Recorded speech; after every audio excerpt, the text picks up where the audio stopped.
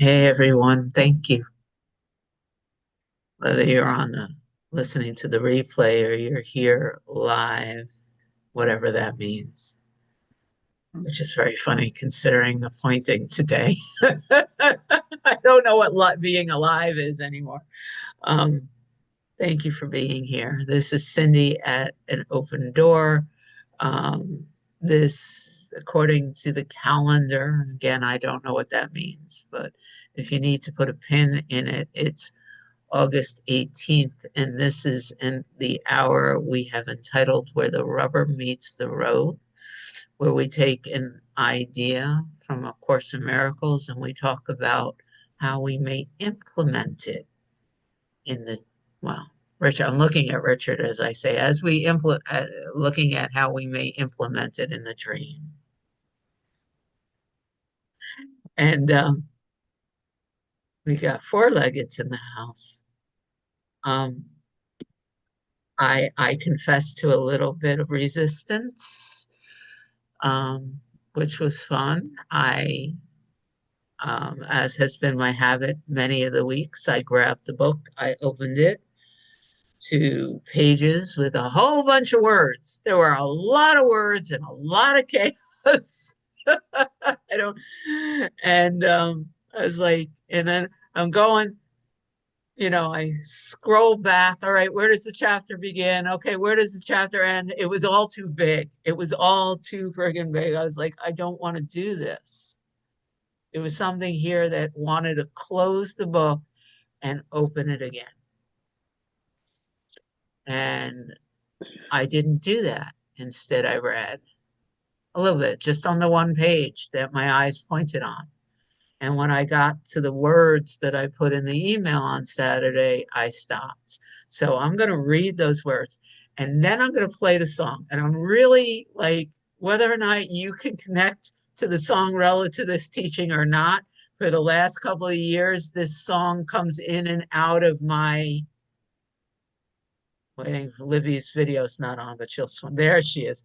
Has been coming in and out of my consciousness relative to everything we're doing. It's the Doors. And when I sat as far as what song to play, um, when we're when we're looking at rosy lips upon a skeleton, this is the song. I said, why not? It's all insane anyway. So I am going to read the two little sentences, which is all I've been contemplating. I'm going to play the Doors. I'm going to read them again. Cindy may or may not say something, probably does. She always does. She's going to hand the mic to Andrew because there's a talking head here. And somehow the mouth moves and words come out. It's insane. And then after Andrew, we open it up. Man, it's so good to be here with everyone. All right. I was just talking to my friend Alan about an open door a little bit. I said, it really doesn't matter what the title of any of these meetings are anymore. Something is happening here. It feels good. It feels right. And don't know what pulled us into it, but I'm glad to be here with you all. So these words are on page 717 in the Purple Book. Can you paint rosy lips upon a skeleton, dress it up in loveliness, pet it and pamper it and make it live? And can you be content with an illusion that you are living? There is no life outside of heaven where God created life. There life must be. In any state apart from heaven, life is an illusion. All right, fairly short song. And then who knows what's going to happen next? I'll grab it first. There you go. Oh, not yet. I had a day yesterday where there was a period of a couple of hours that everything I went to do, I had to do three times. I don't know if you've had days like that recently, but I had to somehow do it wrong or incorrectly 2 or 3 times and then smile and laugh at myself and take a step back and do it again and again. And eventually it all got done. But it was an interesting experience, practicing patience.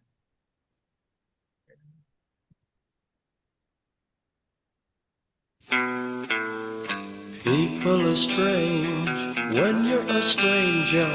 Faces look ugly when you're alone. Women seem wicked when you're unwanted.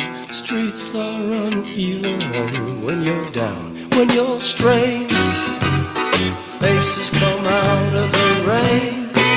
When you're strange, no one remembers your name. When you're strange, when you're strange, when you're strange.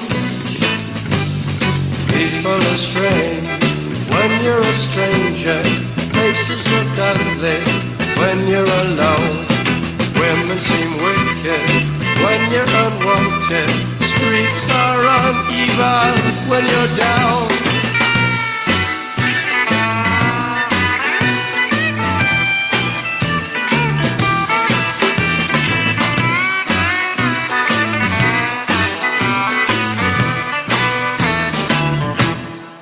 When you're strange, faces come out of the rain. When you're strange, no one remembers your name. When you're strange, when you're strange, when you're strange. Alright, yeah.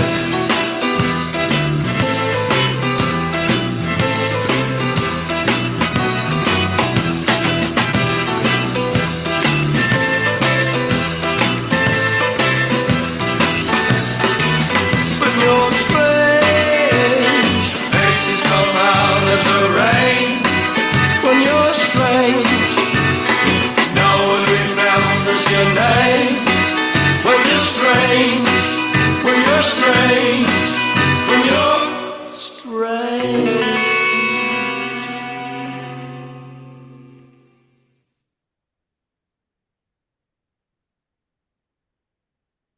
For the record, when this body drops, I have no need for you to talk about Cindy as if she was someone that once was. You don't have to remember that name. But I would love for you to stay connected to the Love Fest. Yeah. Um, the other thing that's coming up as I read this again, Emma was over and we were walking a little bit yesterday, and I heard myself turn around and say to her, you know, all of these issues would be resolved if you just get yourself into a relationship. It's just, you know, we talk about it off and on. And she said, yeah, except that I hate most people. And and in some ways, and this is maybe a confession, but when I sink into who I am, she often says out loud what is still sitting here. And it's not that I hate people. Obviously, I love all of us, right? But the stories, the beliefs, the sense of what so many people walking around in my world seem to think is important. Like sometimes it makes the skin on my arms crawl a little bit. Like I get real confused by what some of the stories that come to me where people are investing their energy and their focus and their anxiety, you know. Who knows, maybe that'll come up a little bit. And that's and it's not here the way Emma was communicating it, but there is this sense of where am I spending my time, my attention? What conversations am I choosing to have in any given moment? And many of the conversations that I'm watching in my surface world, it feels like filler. You know, in my parents' house, there's at least one television set on all the time, right? My TV's only on if there's something that, there's a moment here where I was like, I feel like listening to somebody else's story, right? I turn the TV on and then I turn it off. Um, but how many conversations are like that as well? They're fillers. They're so I don't have to listen to the silence. And you paint rosy lips upon a skeleton, dress it in loveliness, pet it and pamper it and make it live. And you be content with an illusion that you are living. There is no life outside of heaven. Where God created life, there life must be. In any state apart from heaven, life is illusion. As I've been sitting with these lines and taking them outside of for me anyway, what I did was take them outside of the context of all the other words that surround so many of the words in this chapter talk very specifically about chaos, right? There's this kind of flow between the different levels that can hit in A Course in Miracles. Just picking them up and out, and I'm sitting and I'm asking to be informed what's most useful to me. I've been being careful because none of this feels special or important, like special. It feels natural. What I was shown was snapshot images of parts of Cindy's life, current and the past, like sitting here in awareness, and in awareness, a picture pops up that seems to symbolize something going on in Cindy's life, either now or I've had some past experiences that are supposedly meaningful. And instead of them being motion picture, they were just snapshots. I got Deepak in my head now calling them selfies. And as I sit there and look at a snapshot, like a moment in this conversation with Emma yesterday, which right now is already dead, right? I'm not taking a walk with Emma talking about disliking most people here. Right now, all it is, I can see it as a still image, right? It's just an image, it's not alive. And then I'm watching the thinking mind start to flow attention and energy into it. And it's sort of becoming like those faces coming out of the rain. It's taking on a shape. I'm watching the thinking mind give it meaning. I can see the thinking mind say, well, this is what has to be done. But for all I know, Emma is flirting with her next or maybe only greatest love right now. Like the image that is in this space right now about the conversation yesterday, which the thinking mind wants to make real now, has nothing to do with anything other than what the mind is putting shape to an image. That image is dead. It's the skeleton. The mind then starts to dress it up and fill it with beliefs and thoughts and the past and the future. But what happens if I allow it to just be there as an image and hold it in love and go, what part of this image today is in heaven? Heaven being described as consciousness, right? That which is beyond time, space. I'm looking at part of the definition of heaven in the Course in Miracles is that it's the eternal now. So I look at this one dead, flat image. It's just an image somewhere in this system of a moment in time. In this case, the example I'm using is a moment where Emma and I were heading towards this place where we were grabbing food. Something about what she said hit something in here and it installed into my memory base. But then the moment's over, but there's an image that remains here, and every once in a while I'm stepping into being able to watch this thinking mind that is cemented in the past and the future, like essentially, according to this beautiful imagery, put lipstick on a skeleton, right? And dress it up and give it meaning. But in this moment right now, all it is a picture, a selfie. It's nothing to do with hanging out in this moment. And if I step back and say, okay, well, it's just a picture, I can surrender it into consciousness and allow consciousness of the Supreme Brahman or the Holy Spirit, I don't love, peace, joy, whatever this, I can let it inform me. And just so, why is this picture coming up in this moment now? And allow something beyond time and space to inform the answer. So that's all I have for right now. Is it's not rejecting the picture, by the way. There's nothing.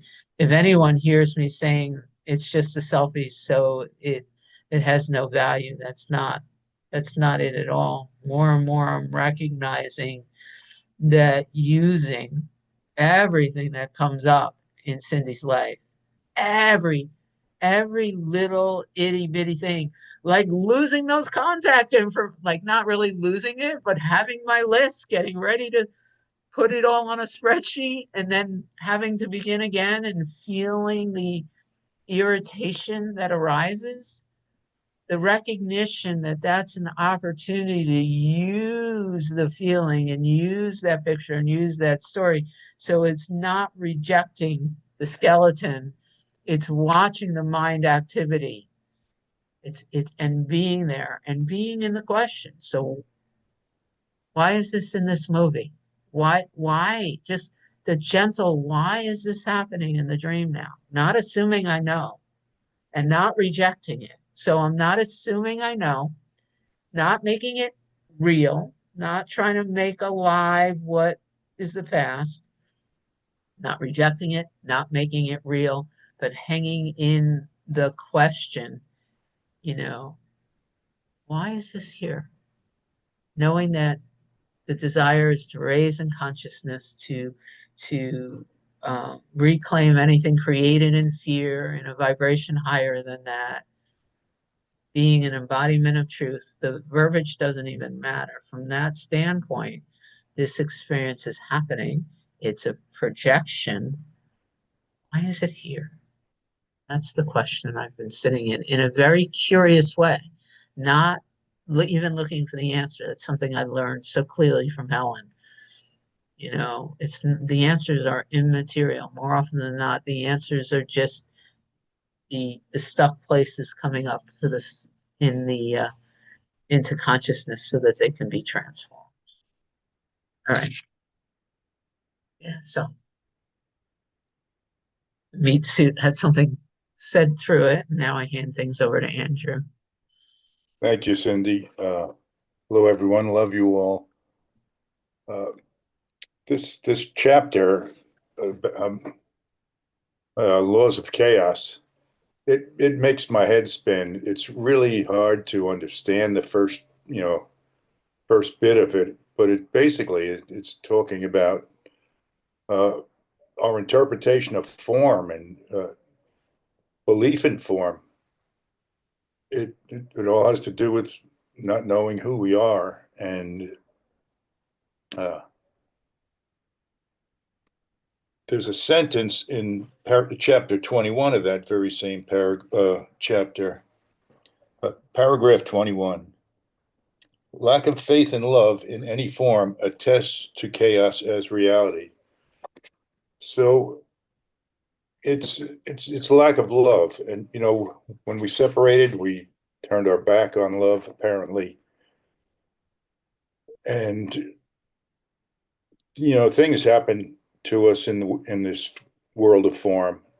None of it's real, but it seems very real because, like we talked about last week, there's a gauge that we have to swing towards belief in love, and rather than belief in form. I mean, stuff happened to me this weekend. I'll tell you about it later. If things get idle, but that's basically my take on this. We need to love everything and everyone, and that will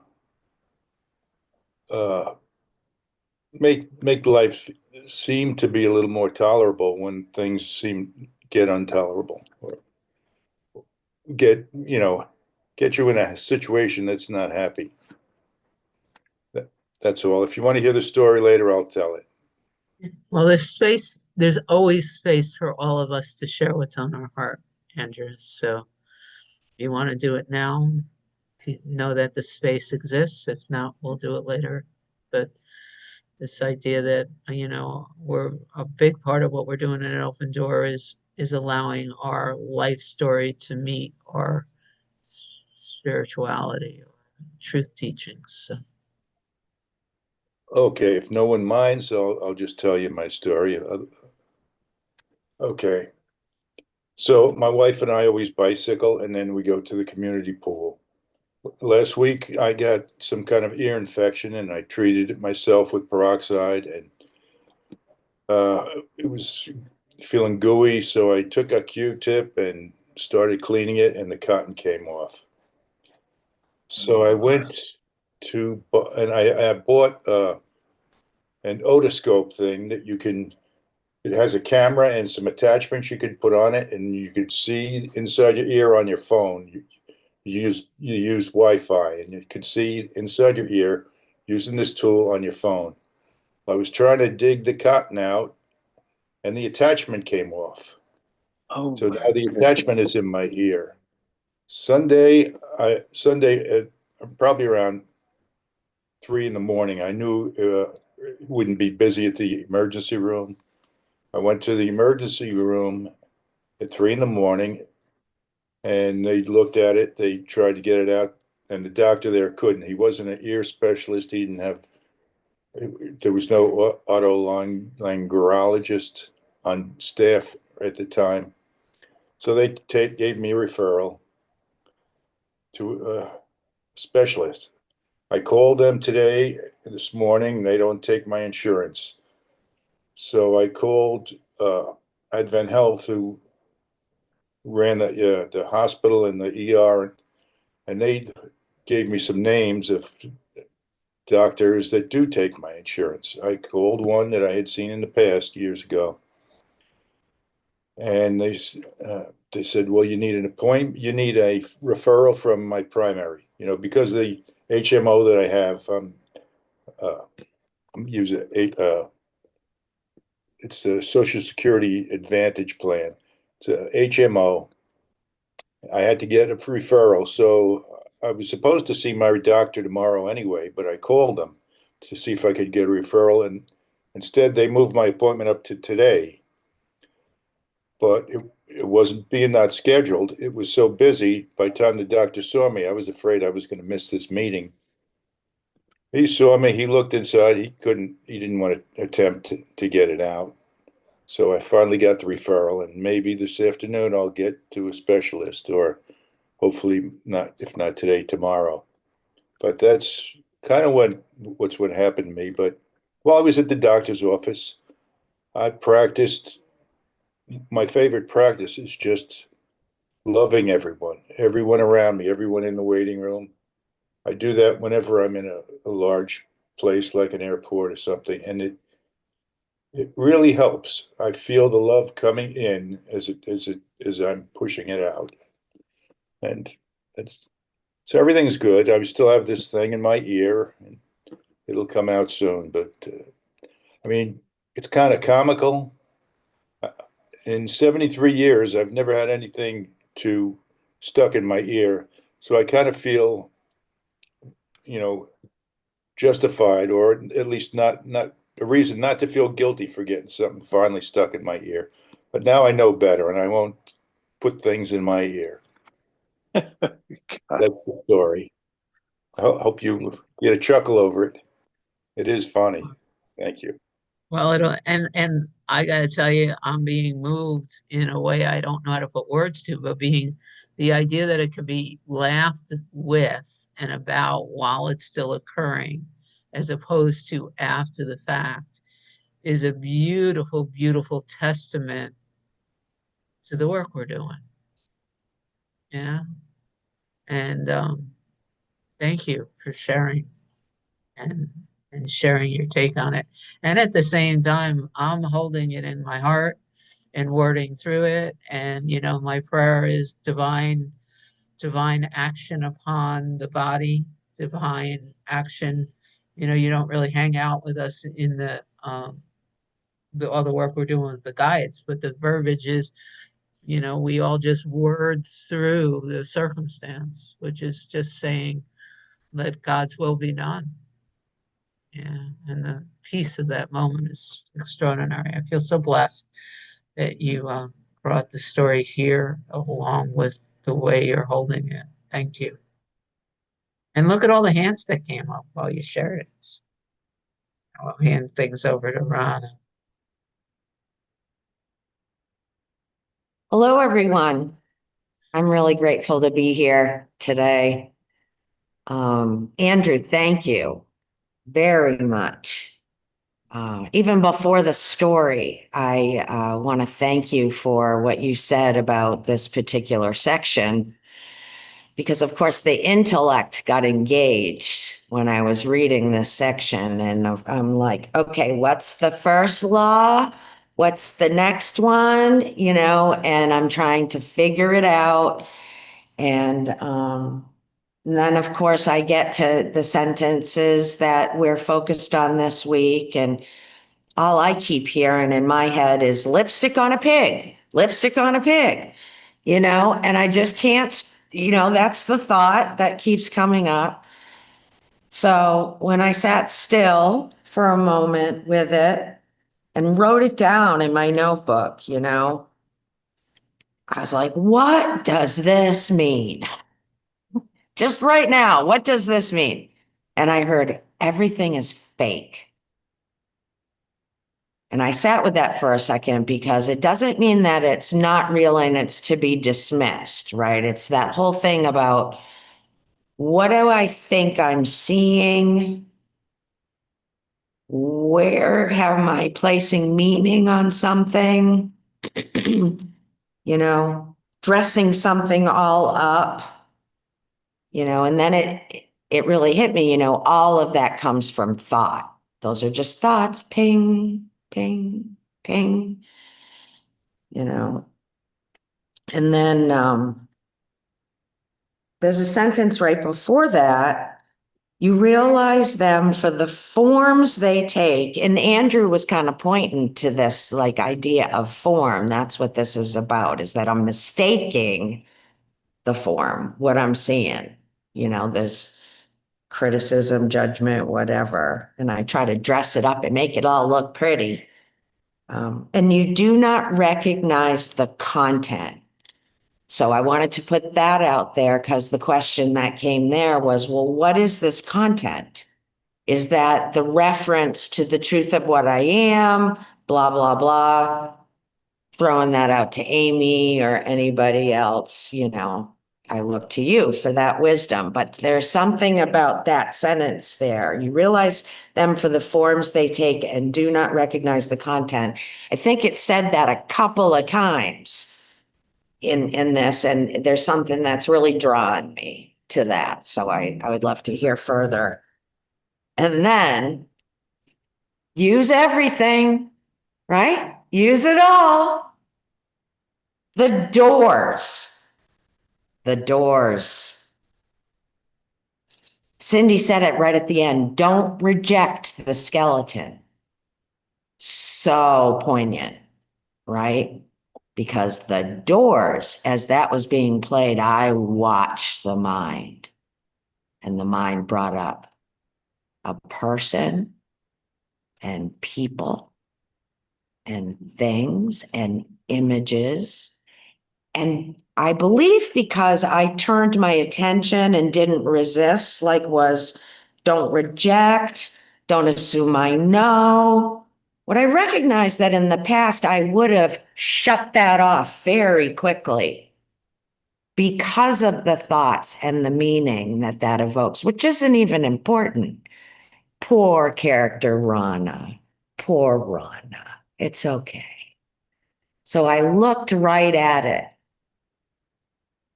And I didn't have to make any of that real in that now moment.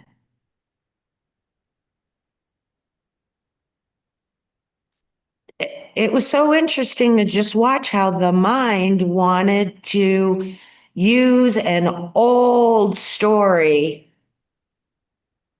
to make me feel bad about myself. And it really wasn't that tough. Like there weren't a lot of punches in it. It was just as soon as I heard that first little whisper, oh, Danny Lincoln. I was like, no, no, no, no, you're not going to get me here. And I'm going to look right at you. And then I looked at the song lyrics and I was like, oh, truth teaching. So it was re-articulated. I have come, I have come, I have come. Right? Re-articulated. I don't know why Cindy played that song. She doesn't know anything about, she knows my story that I'm referring to, but she doesn't know this stupid little meaning that I've attached to a band, you know? So interesting. I love being here. Thank you. Thank you. William Hutcherson, as I Well, live and breathe. I got another meeting about one to at least share, and I love what Andrew's saying because it brings up when one of my sons stuck a screw up his nose and we had to go to the doctor. The doctor was so upset with the parents allowing this to happen. He says they're the ones that need to have the screw.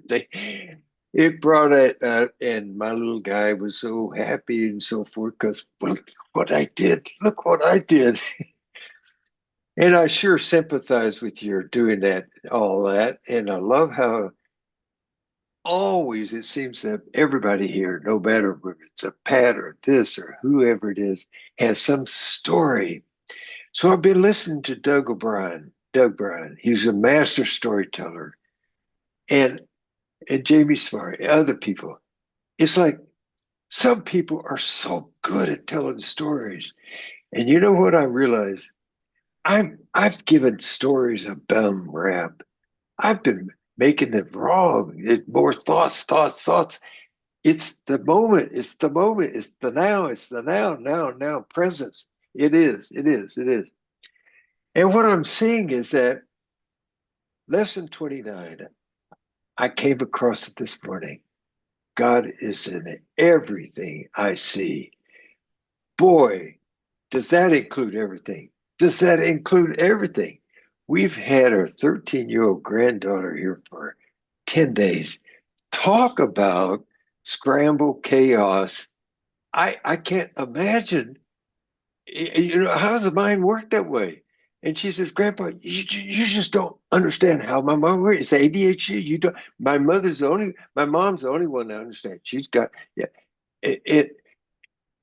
I can't hear her. She talks so quick and fast. And she said, well, I don't know. Well, slow down. It's this continual. But what I saw, God is in everything I see, everything. I am it's more also, I hear like Richard, I am everything. I'm, and I took a picture of this. I'm not going to show it to you. Her room. You can't believe she's going to have 3 suitcases just to take back all the clothes that she's accumulated on.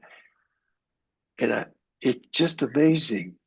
And I'm in every one of those. There's a sock here, this here, all over the room, all over. I'm all of that. I'm everything about that. And so today she's going to leave us. I just have such love for this little gal. I mean, she's so she got some habits that just. But you know what? I can retreat inside here. Oh, yeah. It is so at peace. I just love her.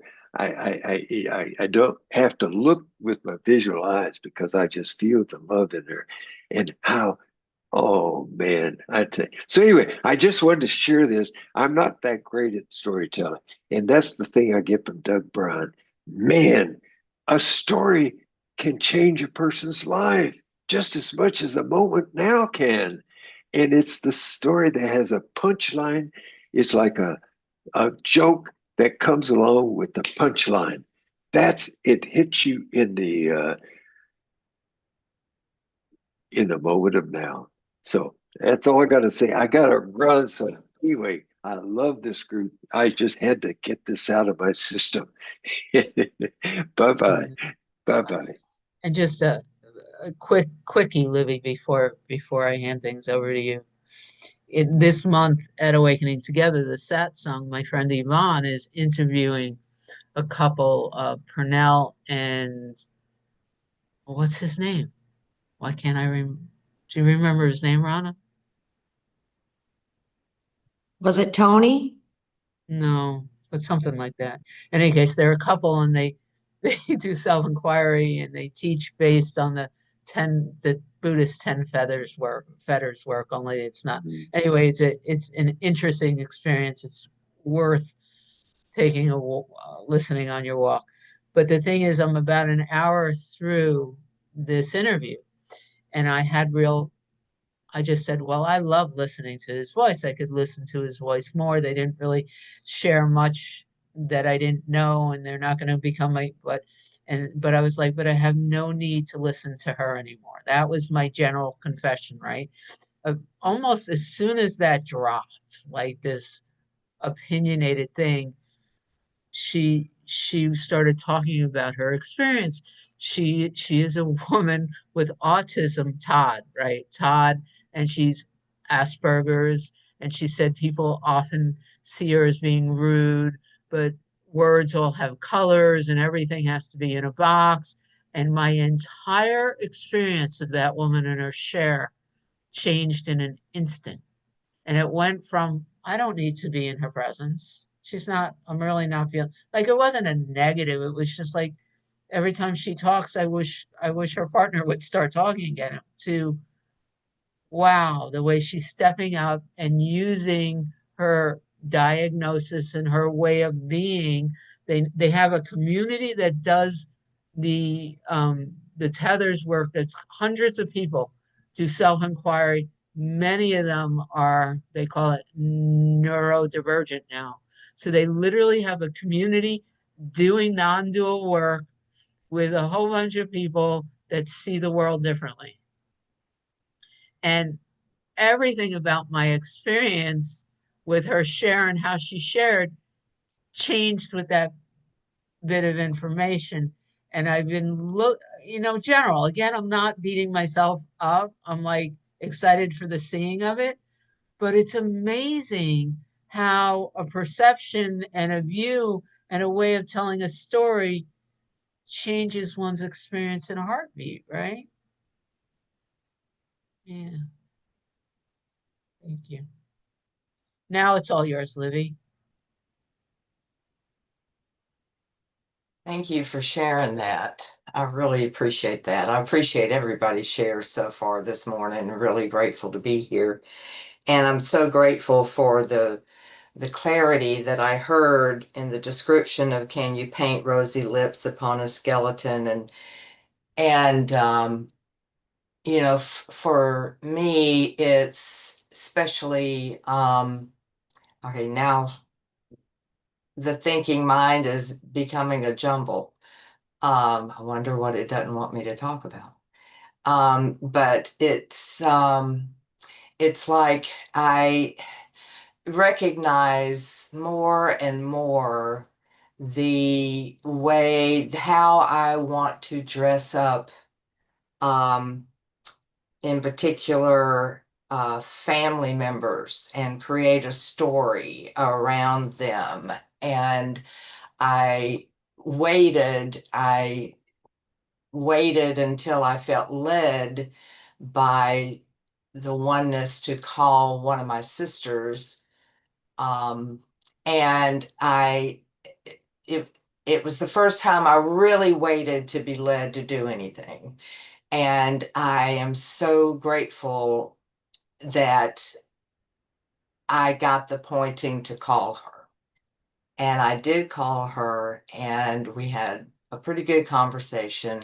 She had just gotten out of the hospital with a broken elbow, and there are other stories that she's sharing with me. And I was able to leave the conversation and not even resist the old stories that wanted to come up, and recognizing that there's no action that the Olivia figure needs to take unless I'm guided. And that includes all my family members, and in particular the nieces and the nephews.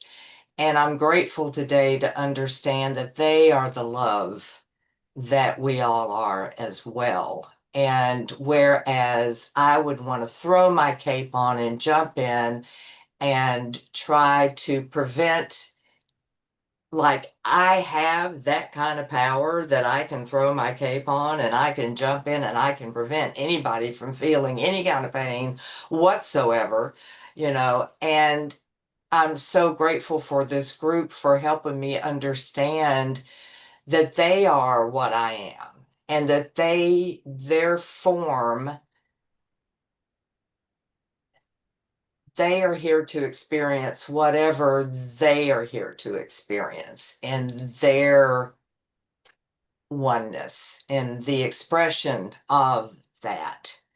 I wish I could speak more eloquently about these things, but it's, so I hope that's making sense, but it's really allowing me to recognize the love that I am, so that I can see the love like Andrew was talking about, so that it's so important that I recognize the love that I am, so that I can recognize that in others. And so that I can be, pray to be a reflection of that, to see things differently, and I'm so grateful that this stuff is really sinking into my heart, that I'm feeling the movement from my head down to my heart. And I'm so incredibly grateful. And the freedom that comes with that. And so I just really appreciate the explanation of this. And again, I wish I could speak more eloquently, but there you have it. So anyway, thank you so much for this. And I just love the awarenesses that y'all help me have. And thank you for being beautiful reflections for me. I just love you all so, so much. Love us, I do. Hey, Amy. Oh, good morning, everyone. I'm so happy to be here. And I just want to thank you all y'all, for all y'all's shares, because they've just been beautiful, beautiful, beginning with Andrew and Rana and Livy. Everybody's shares have been such great teaching. And Rana brought up the form versus content issue, and I want to tell a story. And I before I even start it, I'll try to keep it short, but I just want to say how much I appreciate all of you being here, because you are the only ones I could tell this story to, and you would really know. So Rana said everything is fake. And then William says God is in everything I see. And so that's form versus content right there. Form versus content. Everything I see, if everything I see is just the form, I'm missing it. But if I look for the love behind that, that's the content. So I had an experience with my brother this weekend, and it was so beautiful. My heart is still just so soft from it. My brother and I completely disagree about politics, but I have really worked, and so has he, to really protect our spiritual bond. He is pretty much a born again Christian, and really believes in the pretty much kind of the literacy of the Old Testament and the New Testament. But he's still, and in our conversation this weekend, I called him because I just wanted to talk to him about it, and about another situation that I was seeking his input on and his guidance. Anyway, I realized in that conversation that he and I are very much alike in that we really want to know the truth. So even though he's born again, he does a lot of study, right? He looks, he reads, he listens to podcasts. And so I was lying in bed on Saturday night, and it just came to me that I wanted to call him and just ask him to tell me, just what do you think the truth is? And just listen to him. Just listen, listen. And give him all the space that he needed to just share that. And so I did. I called him and I said, just, what do you think the truth is? And the long and the short of it is he went through all of the research he's done in the Old Testament and the New Testament. And I just listened. And at one point, we were talking about the resurrection. And I told him, the Course in Miracles says that the resurrection isn't about the sacrifice, it's about the resurrection. And he started to tell me about why the sacrifice was so important. And he said, because God so loved us, so loves us, and so wants us to come back to him, that he gave his only son so that we would hear the call. And he loves us so much. And he started to cry when he said that. My brother started to cry when he said he loves us so much.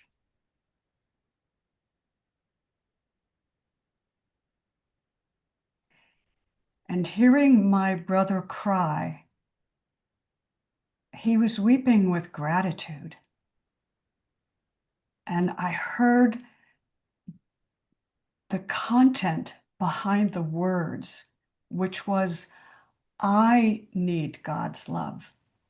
I need to know that I'm loved. And so I didn't argue with him about it at all. I just made the space for him to just weep with the gratitude of knowing that he is so loved. And I know there will come another time, because the universe offers everything, for me to share some other larger container for that.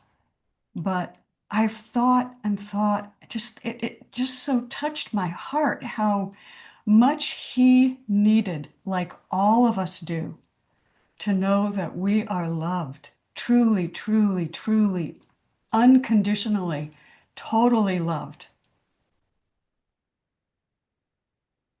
And so that's what I wanted to share. And I will end this one thing. I had a dream probably 20 years ago that I was in this ground floor with my brother, and there was a battle going on outside. And one of us needed to go from where we were and try and make it across an open space in order to get to the other side to take a message to our team.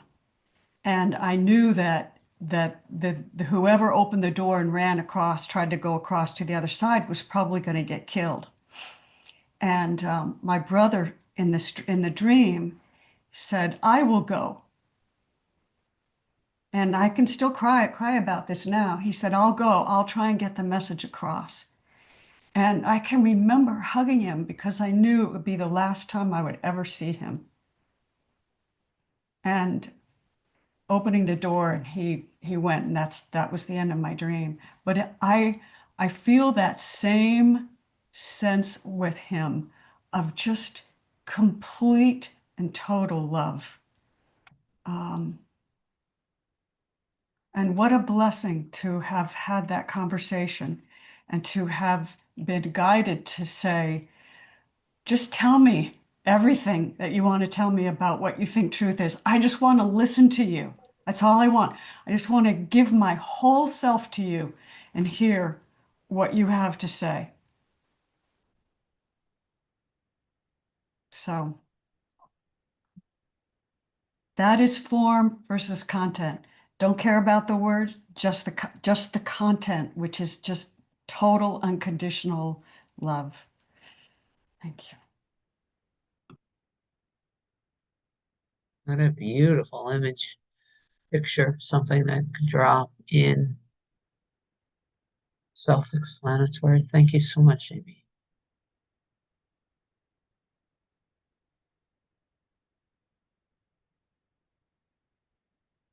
Richard. Morning, everyone. Love us all, and great shares this morning. I really enjoying this meeting. The song fit the lesson, I thought, very perfectly. And I also highlighted the same sentence Andrew did in paragraph 21. I also highlighted the sentence before it. And the sentence before it says, certainly these illusions will bring fear because of the beliefs that they imply, not for their form. And the belief is the body will die. So if we believe we're the body, we fear death of the body. And as we all know, that's part of the healing of the teachings of the Course to bring peace back to mind. And the other thing, if you haven't read the last paragraph of that section, I would recommend you read it because it's a beautiful paragraph on how to handle the laws of chaos within the dream. So,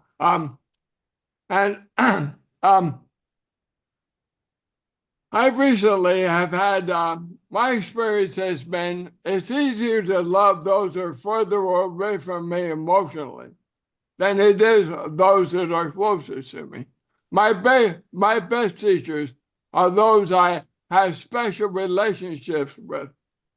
And their behavior can make me happy or make me sad. Those are all lessons. And my partner of over 30 years recently has not been doing things she knows I love. And in my mind, she must be making a conscious decision not to do them. And I wonder why. And when those come up, I ask the question, what is this for? Like Cindy was saying earlier, what am I to learn from this experience? And the voice that came to me this morning was, hey, dear, it's all your dream. You're dreaming all these characters in your dream, and they're behaving the way you want them to behave because you want to learn the lessons you came here to learn. So stop feeling sorry for yourself and listen and learn the lesson you're here to learn. And then I asked, well, what is the lesson? I laughed again. I said, because you know, the only purpose of your being here is to be the love that you are in thought, word, and deed. So instead of worrying about other people doing what you want them to do, so you'll be happy as a separate self. Just love them as you love everything. They're no different than the house or the animal in your yard or the tree, or they're just another object in your dream, and your job is to love them unconditionally. So I thought that was another great reminder for me. So thanks for getting me to this lesson. Love us all. Did the Holy Spirit really call you an idiot, Richard? Richard called himself an idiot. All right, here's the last paragraph Richard's pointing to. Brother, take not one step in the descent to hell. For having taken one, you will not recognize the others for what they are. And they will not follow. And they will follow. I like that. I'm rewriting it. And they will follow. Attack in any form has placed your foot upon the twisted stairway that leads from heaven. Yet any instant is it possible to have this all undone. How can you know whether you chose the stairs to heaven or the way to hell? Quite easily. What do you feel? Man, I've heard Amy say that to us a lot lately. Quite easily. What do you feel? Is peace in your awareness? Are you certain which way you go? And are you sure the goal of heaven can be reached? If not, you walk alone. Ask then your friend to join with you and give you certainty of where you go.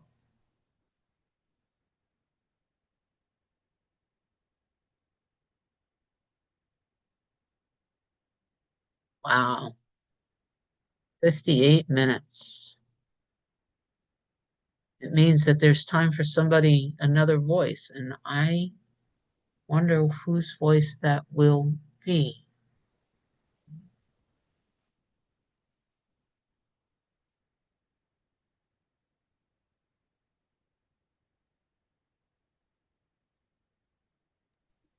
While it's quiet, I just want to throw in there. Did you notice the next section is titled Above the Battleground? And of course, all I could think of is our friend Richard. So I'm probably going to read that section.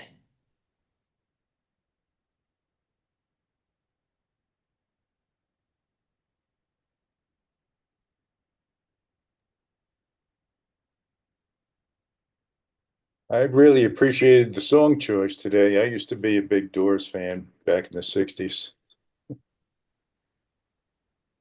It's want to interesting. I want to thank Amy for bringing up that wonderful story about your brother. I lost my brother a few months ago, and we were very, very, very close. I called him my little brother and always watched out for him. And you brought back in my heart all that love that I have had my whole life. And the loss doesn't hurt, because I believe that that love is still there, that he is still there. And there is still that closeness. So thank you for that. Also, my brother did not believe really in anything beyond the material. He was super scientific minded. And I feel that he is learning on the other side. He is learning on the other side. And I feel gratitude in my heart that I am sure that that growth is there. But thank you, Amy. And I would just, if I have time, say one more thing about today's lesson. I laughed in the sense that I have stopped using makeup, and all my life heavy into makeup. No longer. It's that I am feeling that the body is less and less.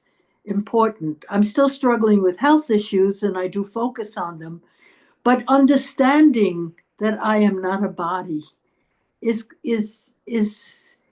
coming to me more and more in different aspects of the way I am living my life. And this lesson brought it, and I laugh because putting lipstick on a skeleton makes me realize that I have been putting less and less lipstick on my skeleton. And that makes me feel good, and I like today's lesson. So that's it. All right, let me turn the recorder off. Man, I love us.